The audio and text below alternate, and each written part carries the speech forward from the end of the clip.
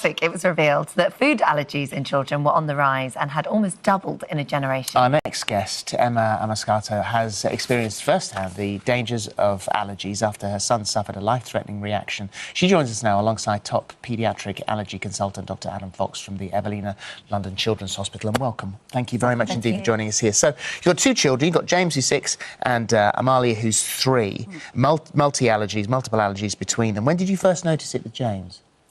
So when he was quite young, so up to about 10 weeks old is when it kind of really kicked off. So he was an unhappy baby, he cried, he was sick, he didn't sleep properly. And then by the time he was about 10 weeks old, he had really bad eczema, like all over. And so you were kind of looking but you went to the doctors, you asked lots of questions, and you weren't getting too much back. I mean, sometimes you sort of found it a bit patronising, really, the advice. It can be, and unfortunately, it feels like it's quite a common story now. Right. I've spoken to other parents in the same position, but yeah, so I'd go to doctors sometimes daily, being like, these creams aren't working, it's not helping. Yeah. You know. But Mum's instinct, you knew something was wrong. I knew something was wrong, yeah, absolutely, and it did feel like, you know, you get the kind of, are you a new mum question. And that's not very helpful at the time. And things did get incredibly serious because when he was 15 months old, you had a really scary moment, and he was sort of playing with other children, and he got his hands on somebody else's bottle of milk. Yeah. And it was the milk that he was allergic to, and he went into anaphylactic shock. Yeah, so we'd figured out he had allergies about 9-10 months eventually,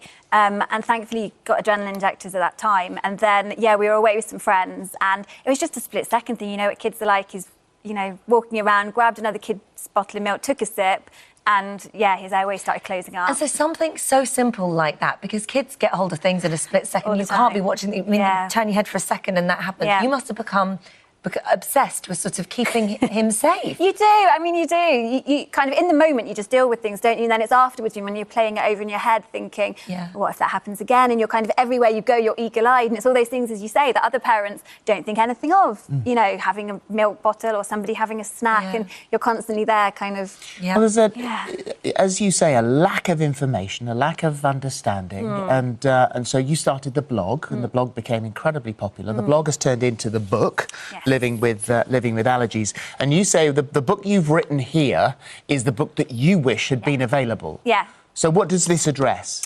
So it's basically, the guide I wanted when I started out. So first of all, it's everything in one place. Because you know what it's like as a parent, you get on the internet, you trawl through a million different sites, looking for all the different information, and there's so much out there. Sometimes it's difficult to know what to trust, where to go. You can end up on internet forums where people are saying different things and you're not quite sure what to cover. So it's got all the information in there. It's also got lots of interviews with experts, giving that insight as well. It's also got lots of practical tips and advice from my experience, from other people who are dealing with allergies, to really show that, you know, it is scary and we have to take it seriously, but you can carry on, and here are all the practical things you can do when you're going to school or eating out or all those everyday things. And it has the backing of Allergy UK as well. So, and Dr. Adam Fox, I want to speak to you because there's a difference between an allergy and an intolerance, isn't there? That's correct. So what is the difference? So an allergy involves your immune system. And what that means is that although, thankfully, most reactions are relatively mild, there is a risk that you can have a really bad and very rarely a fatal reaction. Right. Whereas with intolerances, it doesn't involve your immune system. It's usually, so for example, with a lactose intolerance, you don't have the enzyme that needs to break down the sugar in milk. So you can get upset tummies, diarrhea, but it won't be anything too harmful, unpleasant, but not life-threatening. The numbers are extraordinary. The number of babies and children with food allergies currently stands at between 6 and 8%. In a generation, it's more than doubled. Why is this happening? What's happened to us? It's remarkable how things have changed over a relatively short period of time. If you go back 40 or 50 years, and you can ask the grandparents of the patients I see, and they say, nobody had this in my day. The truth is I don't think there's a single simple reason. We don't really understand why things have changed. A lot of people talk about the hygiene hypothesis or the clean child theory, the idea that we're cleaner, we have less infections, so our immune systems instead direct inappropriate responses at peanuts and pollen and things that don't matter. But actually it's more complex than that. And there's a lot of things that have changed in the last 20 or 30 years. So, for example, less breastfeeding, where we're born. People are generally born in hospital now, not at home.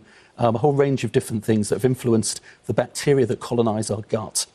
And that seems to influence the way that our immune system reacts to things in the outside world. I think we're at the beginning of our understanding of this, but what's clear is that there is certainly a lot more allergy around now than there was 20 or 30 years ago. Can children grow out of allergies? You can. So if you're a child who's got a milk or an egg allergy, usually that will go away. But if you've got a peanut allergy, a fish or a shellfish allergy, usually that will stay put. Right. And does it start minor, and I'm allergic to bee stings, and each time I get stung, and I've got an EpiPen, each time I get stung, it's worse every time. And so is that the same with most things, that you start smaller and it gets bigger each time? Well, typically not. And in fact, what Emma alluded to is that one of the real challenges here is the misinformation that's around. And one of the most common urban myths I hear all the time is that each time you react, it's going to get worse. Oh, right. Now, that creates the most enormous amount of anxiety. Yeah. As you can imagine, you have a reasonably bad reaction and everybody thinks the next one's going to kill me. Yes. And in fact, when the next reaction happens, it can be a little bit of a tingle.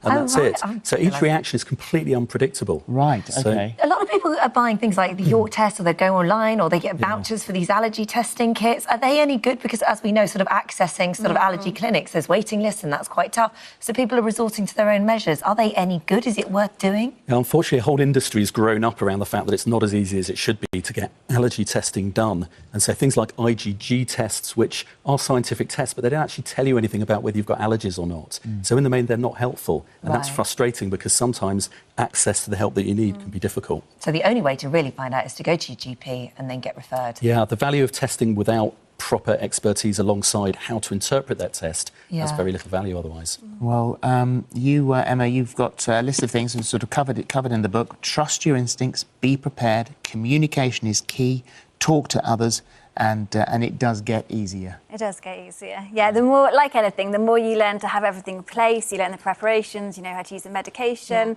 everything, it does get easier. And just you learn to trust yourself more, or you learn to communicate better. Thank you both both. for the Thank moment. you Thank very you. much. Dr. Fox will be back very shortly to take calls on any allergy concerns that you might have.